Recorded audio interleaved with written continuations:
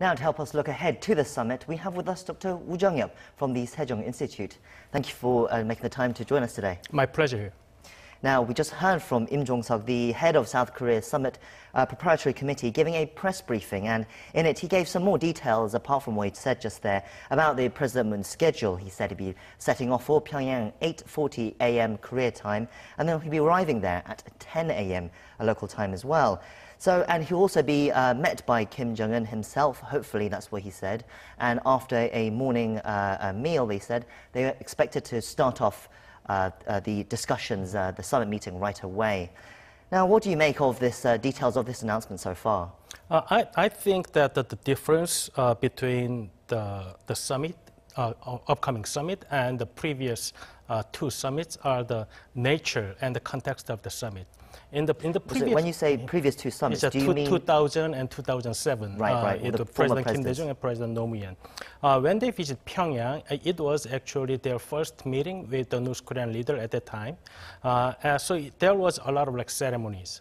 So when our President Kim Dae-jung and President Roh Moo-hyun respectively visited Pyongyang, the first person that they have a talk is their ceremonial leader Kim Jong-nam instead of the actual leader Kim Jong-il at that time. But President Moon Jae-in already met Chairman Kim twice already in this year. So probably they think that that kind of ceremony is not necessary this time.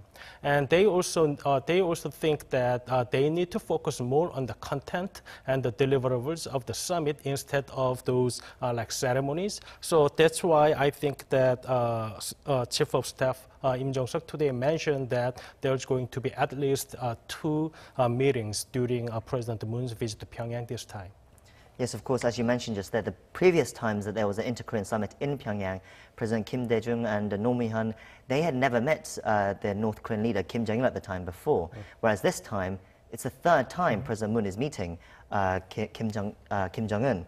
And it's also part of the first agenda as well, as in, if we look back at what Im just said in that soundbite we just heard, he said the first agenda is about advancing inter-Korean relations with the Panmunjom Declaration at the foundation. I mean, that's probably the easy part, but I mean, what can we expect from that perspective? So since April 27th, both governments from South and North wanted to promote and proceed with agreements made on the Panmunjom Declaration. But because of all the sanctions imposed on North Korea, it's very difficult for South Korean government to unilaterally move on with the agenda in the Panmunjom Declaration. So I think that this time President Moon Jae-in is going to discuss with the Chairman Kim Jong-un that the only way that South Korean government meaningfully proceed with the agendas of the Panmunjom Declaration, there should be some progress in the denuclearization of North Korea. So I think these issues cannot be separated from each other, but for the first agenda, promoting the Panmunjom Declaration is also linked to the denuclearization of North Korea. So not only they are going to emphasize the promotion of the Panmunjom Declaration, but at the same time, they are going to emphasize how it is linked with the denuclearization. As I mentioned earlier, I guess it helps the fact that they've got something to work on and to build on something that they've already started, would you say? Yes, so there are some projects that they already initiated the project by the government officials from both sides, but some projects are blocked by the legal issues because of the international sanctions. So I think that they are going to discuss what areas can be more promoted regardless of the sanctions, and what areas can be promoted only if sanctions are lifted. Perhaps the most important issue at this summit, the issue that's going to get the most international attention and focus, is the progress on mediating between North Korea and the US in their denuclearization talks. So far, I mean, there's been very quiet about what they're going to expect from there, and even today he was very kind of iffy about what they can expect. But are we getting any signs from the administration that say a positive outcome could be possible on this front? So I think the discussion on this part is very tricky. First, we want to hear from North Korea about more definitive answers on the denuclearization front.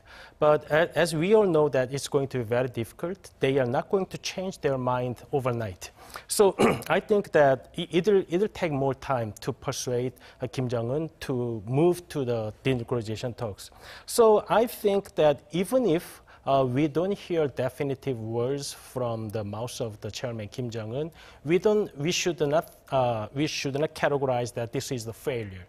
Because the summit this time is not the end of the process, but it's the part of process of the denuclearization talks of North Korea. So even if we don't get any definitive answer from North Korean leader this time, but if we can facilitate the talks between the United States and North Korea about the denuclearization, I think we can think that this is a successful summit in that regard. Doesn't there have to be some sort of substantial kind of outcome that North Korea offers President Moon Jae-in and possibly President Trump as well? Otherwise, because President Trump so far has said North Korea hasn't really given anything, therefore we're not going to hold any further talks. Isn't there pressure on North Korea to act? So I'm not sure whether that any agreement or any dialogue made between President Moon Jae-in and Chairman Kim Jong-un can be made public, because now North Korea probably believes that they are going to face a second summit with the President Trump of the United States, and that's the most important part for the denuclearization talks. So when they are going to have negotiation with the President Trump about their nuclear weapons, they probably are not going to reveal what their tactics on the negotiation. So if they are going to reveal what is their position on the nuclear weapons and how far they can move, they already revealed their tactics in the negotiation. So even if they talk about these issues, I don't think they are going to make it public.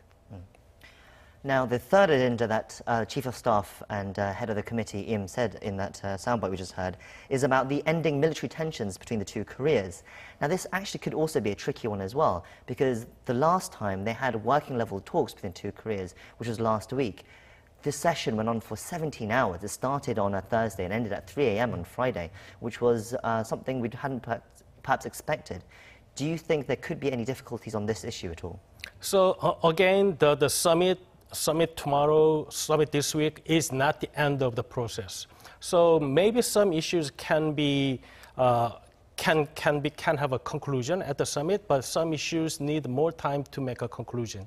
And these issues on the military talks is very technical, and all issues are not only about like removing the nuclear weapons. There are a lot of like conventional weapons, and there are the military personnel, and the moving the posts and moving the base from the DMZ, how far they should move. So there are a lot of like technicalities involved in these talks. So but the most important part is that what's the spirit of the talks? The spirit of the talk is to decrease the tensions on the DMZ, around the DMZ and on entire peninsula, so we can avoid any accidental military clash that can lead to the unnecessary escalation on the Korean peninsula.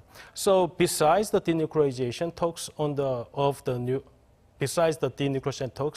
this talks to decrease the military tension on Korean peninsula is very important, but we have to remember that we cannot get all the answers at this summit. So we will expect more talks later on.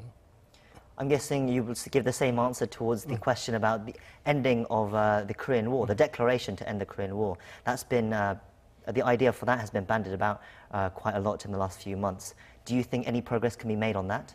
I think that since both leaders already mentioned that issue on the April 27th summit, and it's already on the Panmunjom Declaration. So probably two leaders are strongly pursue the declaration to the end of war within this year. But the thing is that for that, we need the support from the neighboring countries, especially from the United States.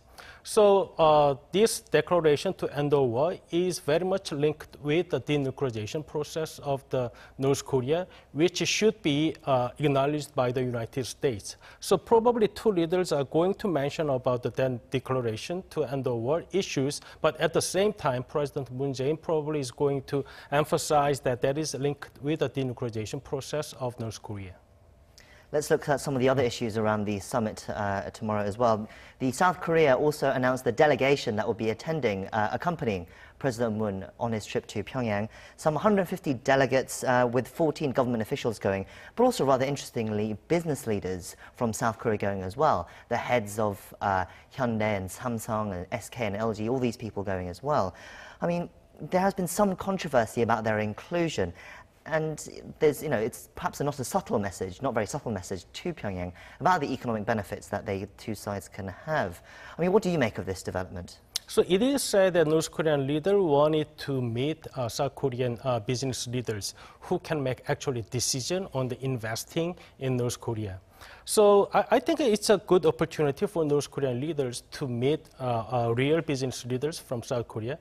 But it's a very long road to go for the business investment into North Korea. So it's not only about nuclear weapons. It's all about institutions, legal infrastructures that foreign companies can make investment without concerning the legal infrastructures of North Korea. So probably with these business leaders, President Moon Jae-in is going to emphasize that it's not only about North Korea's nuclear weapons, but also North Korea's legal framework that should attract the international business leaders. So when North Korea opens to the world economy, this is a possible outcome that North Korean leader can get. And the first investment can be made from the South Korean companies. I think that's what President Moon Jae-in is going to emphasize to Chairman Kim. But there was obviously some controversy. But do you think this is a deliberate message to North Korean leader Kim Jong-un?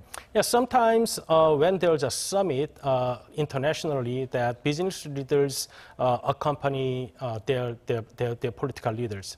So and also the business leaders this time also face indictment from the government. So they have the indictment from the government, but they also work with the government at the same time. So there's a controversy. But I think that it's the government trying to deliver a message to North Korea that this is how we develop our economy, and this can be yours if you open to the world economy. Now, also, the UN General Assembly opens in New York on Tuesday as well. There were rumors that Kim Jong-un would be going to the UN General Assembly to meet with President Trump for a second summit with the US as well. But those rumors have died down a bit now, and there are even not any confirmations that Pompeo will meet with North Korean officials at this meeting. But do you think that could all change depending on the results from the Moon-Kim summit in Pyongyang? So if there is some dramatic changes in the front of the denuclearization, we cannot exclude the possibility of Chairman Kim's visiting UN General Assembly this time, because if there's any real progress in denuclearization front of North Korea, all the international community welcome the Kim Jong-un to the international arena. So I think if we see any dramatic changes in terms of North Korea's thinking of their own nuclear weapons, I think that it's still possible for us to see that Kim Jong-un is visiting New York in September. But chances are quite small, do you think? So far, it's very small chance. Very small chance, yes. Well, we'll look forward to getting your thoughts on that tomorrow. I know you're coming in to give us your thoughts throughout the day tomorrow and till the rest of the week on Thursday as well, so we look forward to that. Thank you for coming in. Thank you.